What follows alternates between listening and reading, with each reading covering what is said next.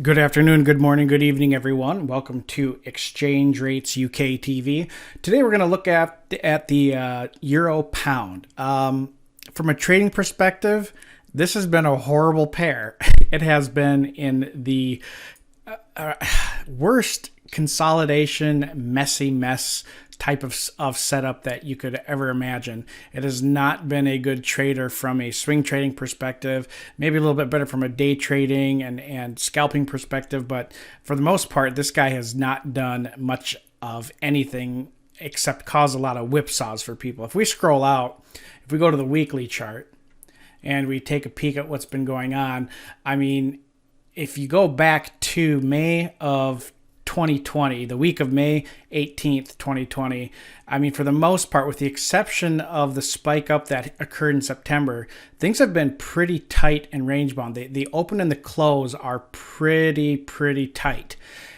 I think this is a little easier to examine, and you get a better idea of how really concise and consolidated the price action has been as it kind of hops around, is if we get rid of the wicks, we get to see a pretty clear picture of how price action has not deviated much from one place to the other. Get rid of the wicks and you see a very directionless type of market. Now, saying directionless right now doesn't mean that there's not something coming up. I mean, currently, we are sitting right on top of, at least here, a pretty significant support zone. On the weekly chart, there's nothing indicating a swift move to the south yet. We have a very neutral RSI. We have a very neutral composite index. And the percent B has not approached the 0.2 level yet. So we're still hanging out here. Moving it higher to the monthly time frame, very similar story. In fact, it's even a little more disheartening, even though the range compared to what you would trade on a daily chart is pretty substantial. The 600 pip range, for the most part, that's been traded here has been like this ever since 2017, November of 2016. That's when we've been in this very prolonged, what looks like a bull flag. And this is going on for quite a while, over 4 years since it initially formed and we saw the structure develop. Rather, the structure develop and then it started to form. So we haven't had much of a deviation here. But on the monthly chart as well, the RSI is extremely neutral. The composite index is very neutral. And, you know, the percent B is right. I mean, it's very close to just sitting on 50. So everything in here is very tight. So let's look at the daily and see if there's anything indicating that we might see some pressure to the south side. Again, we want to see something occur that's going to bring in some activity. And it looks like the sell side of the market is where things are going to be going for the euro pound. If I put the wick back on again. Now, the reason I'm saying that is because it's a good idea to take a look at the RSI and the composite index.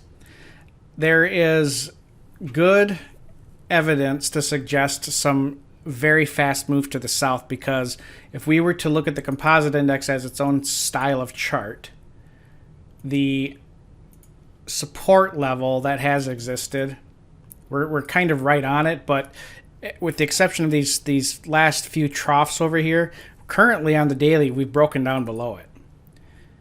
And the RSI also is under threat from dropping down below the 40 range and to start tagging the 30s. So this is all indicating some very likely downside pressure. But the real trigger here is if we get the daily to close in the next 2 hours. So it's almost 3 p.m. Eastern Standard Time.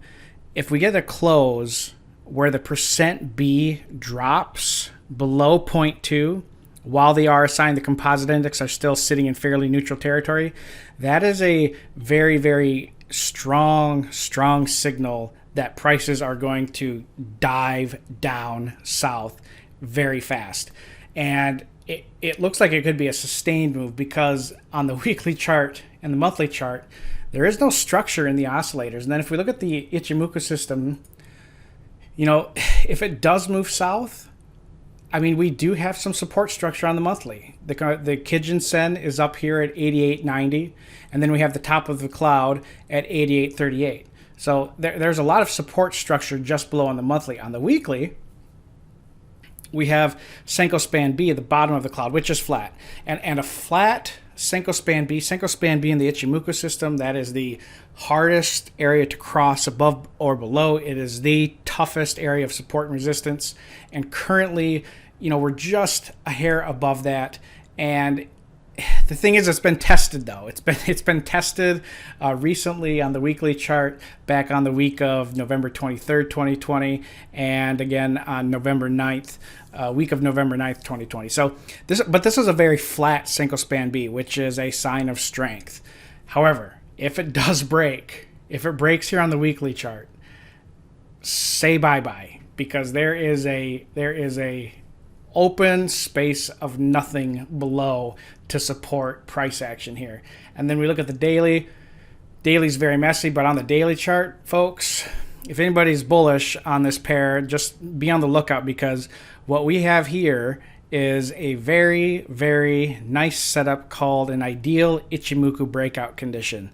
That is when we have price breakdown below the cloud, but then the lagging span, the black moving average back here, which is really not a moving average, it's just price action mirrored and displaced 26 periods back.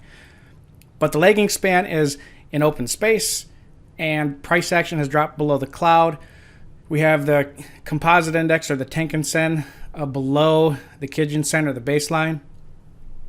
All signs pointing to some lower prices. But there is one thing that makes it look a little iffy.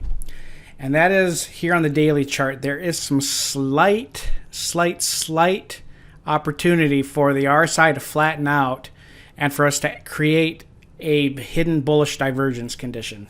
That one is not very likely, but currently the downside move is the one that is setting up here. And if it breaks the support structure, watch out below.